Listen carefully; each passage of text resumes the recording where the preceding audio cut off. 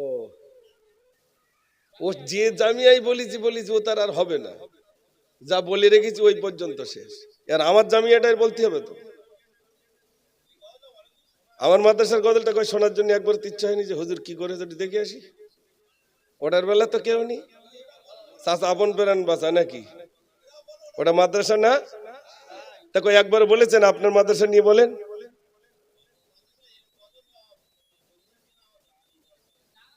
ও ভালোই তো। মাদ্রাসা পৃথিবীতে একটা আছে নাকি?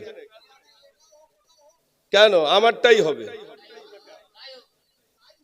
আমার যেটা আমি তিল তিল করে গড়ে তুলেছি তার প্রতি আমার মহব্বত নেই? হ্যাঁ,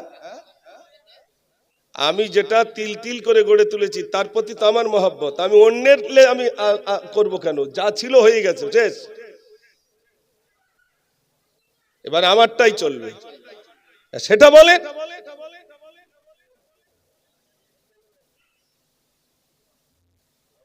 তোমারলে তকবীর দিলে খুব ভালো হয় নাকি? চাচা তুমি উপরে চলো নাকি? তাহলে তুমি খুব খুশি হও। মানুষ কি হয়েছে দেখুন তো। এত পাগল হলেই হবে না, পাগল দেখা যায় তো, এত পাগল না। আমার বলতে আপনার বলছি না।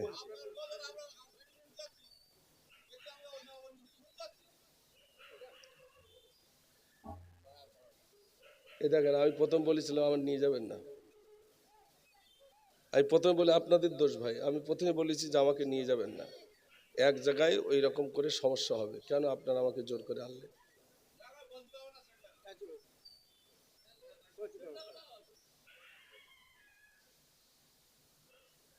জীবনে তো অনেক গজল বলেছি, একটা আধটা তার বলিনি।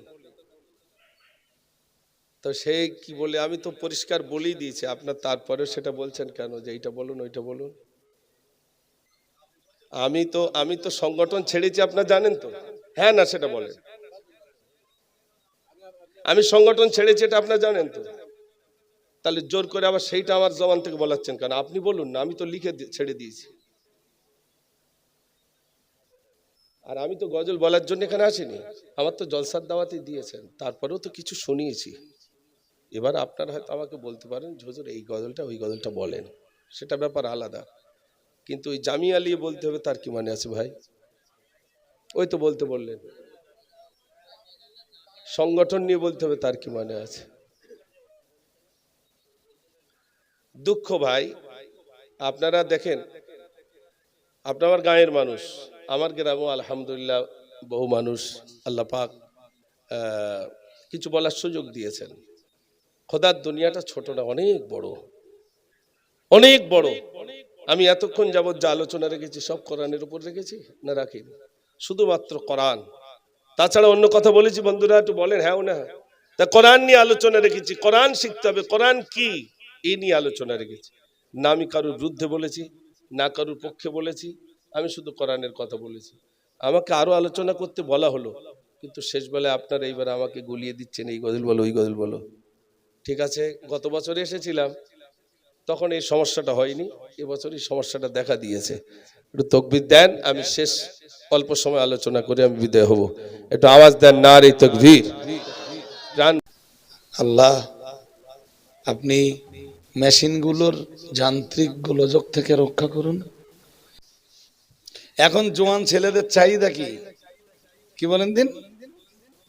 এই যে এমন বক্তা নিয়ে এসো, স্টেজটা যেন রঙ্গমঞ্চে পরিণত হয়, শ্রোতা যারা বসবে হাসতে হাসতে যেন দম লেগে যায়। হ্যাঁ না বলবেন তো? হ্যাঁ, এইসব করবেন না।